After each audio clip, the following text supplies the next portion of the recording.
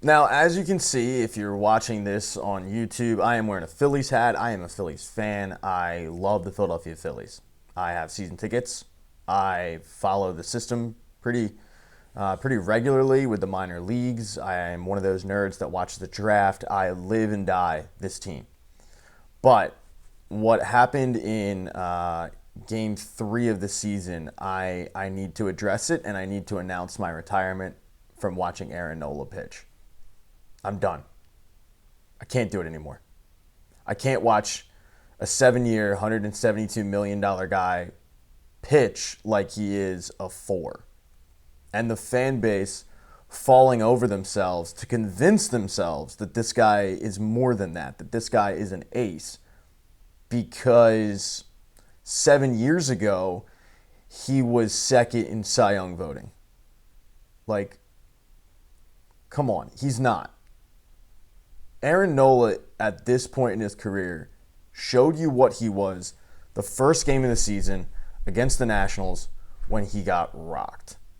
When he went out there and had the quintessential Aaron Nola start, which is, I'm looking like the greatest pitcher to ever play the game for the first 3 innings.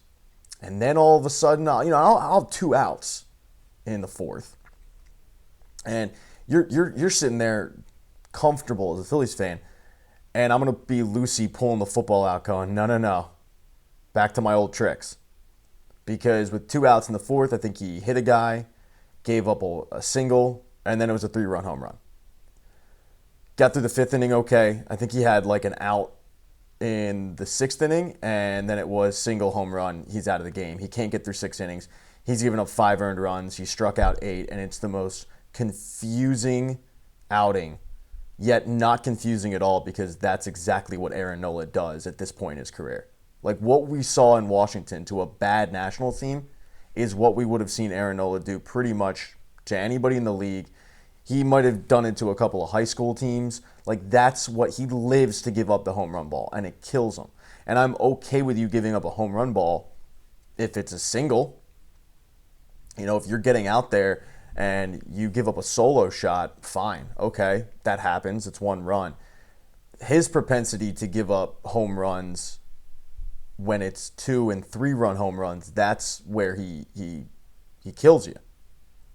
And just looking at the numbers, and this is one of the reasons why I hated his contract, Aaron Nola is an every other year pitcher. Every other year, he's pretty good. Well, 2025 is supposed to be the year that he's not good. And when you look at his numbers, talk about that 2018 season that I mentioned when he was, I said second earlier, he was third. So he comes out, 2.37 ERA. His numbers were actually better than Roy Halladay when he won the Cy Young. I thought Aaron Nola should have been, higher up than, I thought he should have won it. Period, point blank. But the next year, he rebounds from a 2.37 rebounds to a 3.87. Next year, it was 3.28, so he improves. The year after that, 4.63. The year after that, 3.25. Year after that, 4.46. Last year, 3.57. Like, this is what he does. It's up, down. And this is supposed to be a down year for Aaron Nola. And when you give a guy 7 years and $172 million, whatever it was, and your big thing is like, well, we couldn't lose him. To me, that's your buddy who probably can do better, but is telling himself, I'm not going to break up with this girl because I can't do better. Yeah, she's not that great, but I'm going to tell myself she's got sexy elbows. And I'm going to be all up in them elbows. Like, does Aaron Nola have the ability to go out there and be an ace? Absolutely, because we've seen it before. But that's my issue with Aaron Nola, and more so this fan base, is because of the fact that we have seen him do it, we're convinced that he is that. And he's not what he's shown us the past 7 years. Like, think about that. It's been 7 years since Aaron Nola had that finishing third in the Cy Young. 7 years. And you're still out here going, Wheeler, Nola. No, it's Wheeler. It's Wheeler, it's Sanchez. When Suarez is on, Luzardo, like he looked great. Aaron Nola is not a top 3 pitcher at this point. And I'm sure that there are going to be people in the comments section because I got this on Twitter when I posted it. And you can follow me on all social platforms, just Pat_Egan. It wasn't really creative of a name, but it was easy to say. And I tweeted out, like, I'm done. I'm done with Aaron Nola, and I'm retiring from watching him pitch. And it was like, well, he's not what you could do when the offense scores 0 runs. Hey, auto observer, like, that is a great observation by you. You're right. The offense could have given up 10 runs, and I would have said the same thing. Because this isn't about Aaron Nola not getting run support, which he has not gotten in his career. Cole Hamels dealt with the same thing. Nothing to do with that. This is Aaron Nola can't get through 6. Aaron Nola gives up 5. Aaron Nola is not a good watch. He's not fun to watch. And it's because of the fact that he has this Dr. Jekyll, Mr. Hyde thing. And yet when I tweet out, like, hey, I'm done, you have Phillies fans falling over themselves to defend him by saying, well, he got no run support. He couldn't get through 6 innings. He gave up 5 earned runs to one of the worst teams in baseball. What were you watching? Because what I saw Aaron Nola do was exactly what I expected, which is he ended up getting bit in the ass by the gopher ball, hanging curveballs. Like, that's what he is. And I'm not here for it. I don't enjoy it. One of my best friends, me and him were discussing the Aaron Nola situation, and this was last year. It was during the Mets series because I was saying how, Wheeler's really the only guy that I feel uber confident throwing out there. And we brought up Suarez, now he was kind of leaking oil a little bit. Then we got Nola. And he said to me, the thing with Nola is I'm never, ever going to feel comfortable with Aaron Nola on the mound. Ever. I'm never going to be able to sit back and go, he's got his good stuff today. Because even when he has his good stuff, he seems to be able to find his bad stuff. And that's the confusing conundrum of Aaron Nola. And that's why I'm done. You can never, as a Phillies fan, look me in the eye and say, I feel good about an Aaron Nola start. I don't care what the matchup is. I don't care what he's pitched like that season. You're probably going to be sitting there going, where's the Rav 4th inning happening? The fact that the Rav 4th inning has become an inside joke with Phillies fans is troubling. But I don't enjoy it.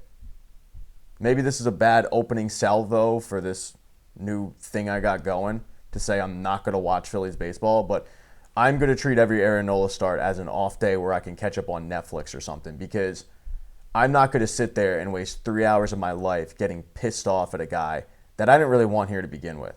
I thought they should have moved on from him, let him be somebody else's problem.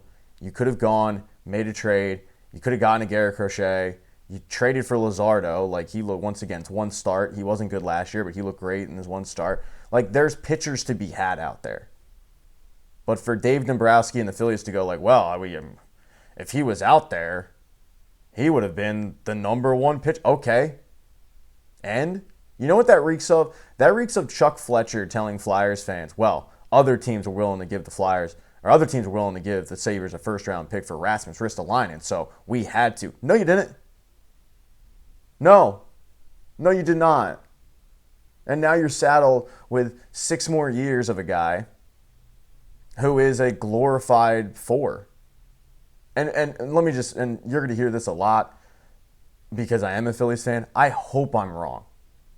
I hope people come back to this video in 4 or 5 months and go, that aged poorly. I really do. I don't care.